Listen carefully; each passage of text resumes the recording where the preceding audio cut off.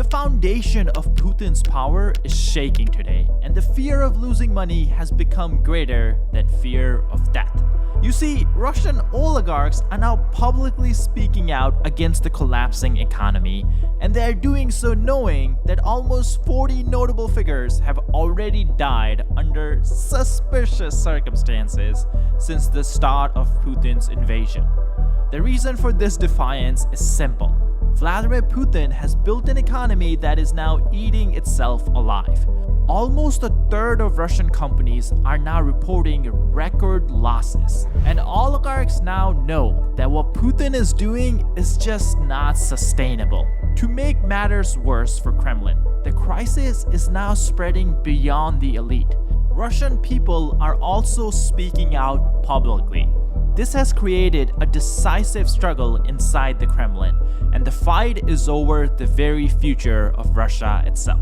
Now, we'll talk about the oligarchs and what they're saying in just a second, but I want to start with this clip of a brave Russian woman who's not afraid to speak the truth. Of course, our great strategist Putin has many achievements, but the most outstanding ones, in my opinion, are the following. He replaced truth and reality with wild propaganda. He increased Russia's borders with NATO by more than 1,500 kilometers. He drove Russia into complete dependence on China. He lost more than $500 billion in frozen assets. He lost the European market, the largest and most profitable market for oil and gas. He lost most exports of metals, timber, and coal. He lost a huge number of specialists, as well as the active and able-bodied population. He massively increased the outflow of capital from the country. He lost the market for space launches and scientific space exploration. He destroyed the air transport market. He put a big cross over world sports. Of course, Russian athletes can pretend that everything is fine, but I am sure that deep down, they hate Putin for this. The dream of every professional athlete is the Olympic Games and World Championships. He raised the retirement age, yet there's still no money for pensions. But when it comes to war, there is money. And that's the paradox. He turned Russia into a terrorist state, despised now by the entire civilized world. He made Russia the leader in the number of sanctions imposed in history. He made outcasts Russia's friends, North Korea, Iran, the Taliban, Hamas, and other riffraff. He orchestrated genocide and repression. He increased crime in the country. He unleashed a bloody war that nobody needed, on which hundreds of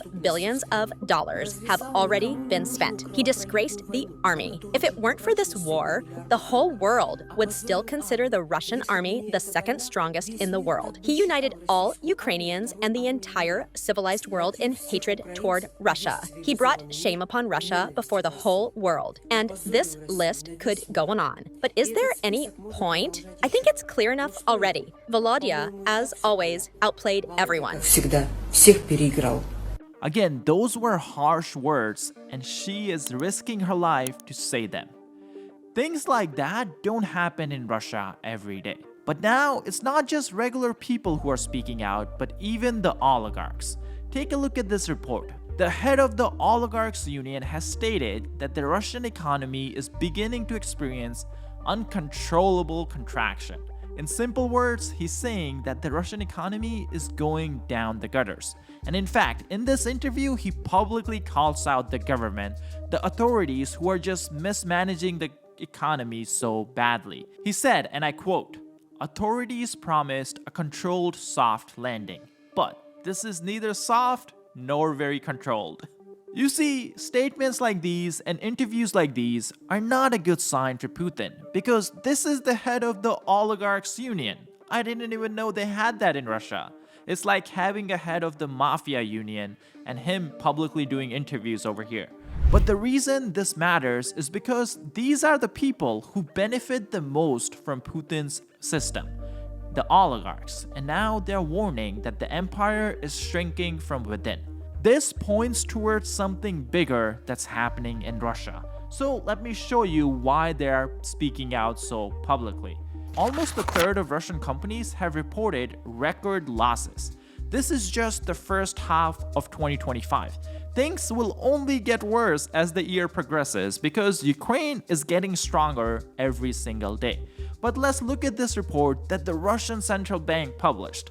In the first few months of this year, around 19,000 companies have declared a total loss of 5 trillion rubles. That's around $62 billion.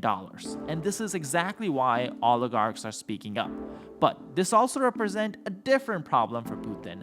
And this different problem may actually be bigger than some oligarchs who are just making some interviews. Because you see, with oligarchs, Putin can take care of them by just having them jump out of the windows. But he cannot solve the second problem so easily. That's because you guys know how when companies don't make money, they don't pay taxes. And that means Putin's government is not getting the tax revenue that it desperately needs for this war. Putin is spending all the money left and right to try to recruit more people so he can send them to the front lines. But now the revenue streams that feed into his war chest are drying up every single day. First, it was those pesky little Western sanctions that made it impossible for him to sell his oil in Europe. So he had to sell it at a discount to countries like China and India. Then we had those annoying little Ukrainian drones and missiles that are taking out Russian refineries. That means he cannot sell refined oil, which are much more profitable than just selling crude oil. Now, as if this all wasn't bad enough, now Russian companies are not making any money, so it's getting harder and harder to squeeze the Russian society for every dollar they have. But you see, Putin's not gonna give up so easily. So guess what he's doing? He's raising the taxes on Russian citizens. Now, I know what you guys are saying. There are many people who'll struggle because of this, but that's a sacrifice Putin is willing to make. But talking about taxes, this has not been a good year for Russian taxpayers already. Putin has already raised corporate income tax, personal income tax, and on top of that, he has slapped on more duties and excise tax on goods like fuel. But this wasn't enough to fill the hole in the Russian budget that Putin has created. So now Russia is increasing the VAT tax, which is basically like a sales tax, and it's now going up to 22%. But you see, this is where Putin may be creating a bigger problem trying to solve a smaller one. Now, you guys may already know this, but the Russian economy has been experiencing some very, very high level inflation. I'm talking about almost like Venezuela level inflation. Officially, they say it's around 10%, but unofficially, studies have shown that it's likely as high as 20 to 25%. Now, in the last couple of months, there were some positive signs. It was going down a little bit. I think officially it went from 10% to like 9%. But it seems that trend will stop very soon. That's not me saying it. That's the Russian central bank saying it. And if you think about it, it kind of makes sense. What happens when any government raises the sales tax? The stores will just raise the price of whatever they're selling. They're not going to pay extra tax, they're just going to have the consumers pay it. That means the price of everything, and I mean everything, is going up in Russia, and that means inflation is making a comeback. Still, I have some more bad news for Russian taxpayers, because even this may not be enough, because Russian State Duma is already discussing increasing taxes on small businesses. You see, so far small businesses don't pay any sales tax unless they're making more than 60 million rubles a year. Well, now the Duma is discussing lowering that bar to just 10 million rubles a year because they need money, and only people who they can go after are poor Russians. Now, of course, this is all a big deal in Russia. 7 tax raises in just 1 year? That's insane in any society unless it's North Korea. So when Putin was at his Valdai discussion club in Sochi just last week, he was asked this question and he explained it. According to his answer, the money will be reinvested in the Russian society to make sure the infrastructure is all up to date, sound, and proper. But I think you and I both know where this is going. All this money is likely going to go to refurbish all the refineries that Ukraine is taking out, and if they have some money left over, maybe the Russian government will pay families of all those dead soldiers that died in Ukraine fighting Putin's war. But you see, some families are still pissed because it seems like they're getting squeezed on both sides. On one hand, price of everything is going up and they cannot even find gasoline in gas stations. And on the other hand, Putin is saying, hey, could you give me a little bit more money? So they are speaking out even about the economy, and they are calling for protest. Peaceful protest, but protest nonetheless. Take a look at this clip. Друзья, добрый день. Город Good Орск. afternoon, Сегодня friends. у нас- The city of Orsk. Today we had a drone attack in our city. Our factories were targeted. And you know, right away, one recalls that incident when a letter about attacks on certain Russian cities was circulating online. I think it mentioned 20 cities. And now people have once again faced the same situation. Many are simply in shock because they didn't believe it, as usual, saying that it wouldn't reach them. Well, as you can see, it all happened. So far, there is no official information. And the question goes to the government. Where is our security? On the website about ways to protect oneself. Well, most likely, that just means basements. In kindergartens, children were taken into the corridors. I don't know where people at work are supposed to run in such a situation. Gasoline prices immediately spike at gas stations because oil refineries are suffering again. Comrades, I think it's time for us to get our minds right and start uniting. No one is going to save us. Let's peacefully express our protest by declaring distrust of such a system of power. That's it. Bye-bye. Thank you. Peace to your home. Thank you. Thank you very much. Тем, что мы будем объявлять недоверие такой системе власти. So, how is Putin responding to this backlash? Well, he's taking over everyone's social media account.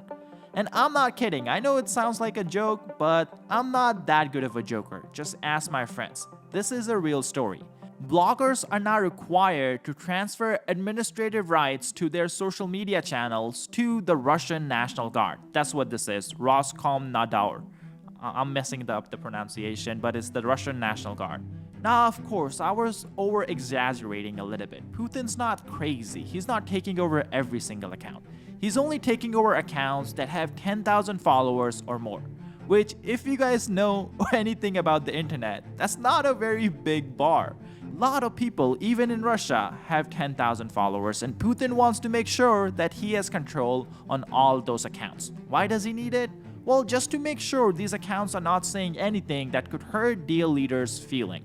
He's truly rebuilding the Soviet Union, because during the Soviet Union, Russians actually had a very popular joke. In Soviet Union, you don't watch the TV, TV watches you. Well, I guess same thing now applies to social media in Russia right now.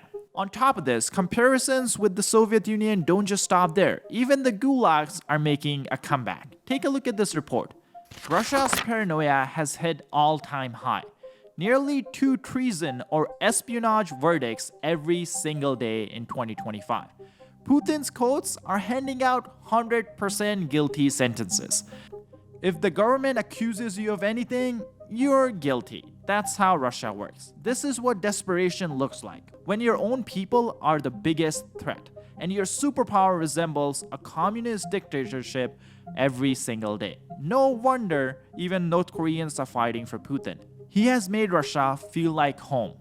And it's not just about the verdicts that these courts are giving out, it's also the severity of the punishment that's being handed out for crimes that are not even crimes. Take a look at this report. A Russian court sentenced the maker of toxic alcoholic drink, which killed 50 people. This guy got 9 years and his partner got 8 years.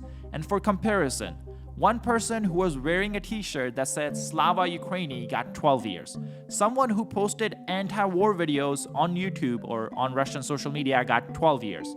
Someone else who was just accused of treason for making a phone call to Ukraine got 24 years. And someone else got 17 years for political charges. So that means in Russia, you get more of a punishment for wearing a t-shirt than you get for killing 50 Russian people. If the courts don't value Russian lives, why should Ukrainians?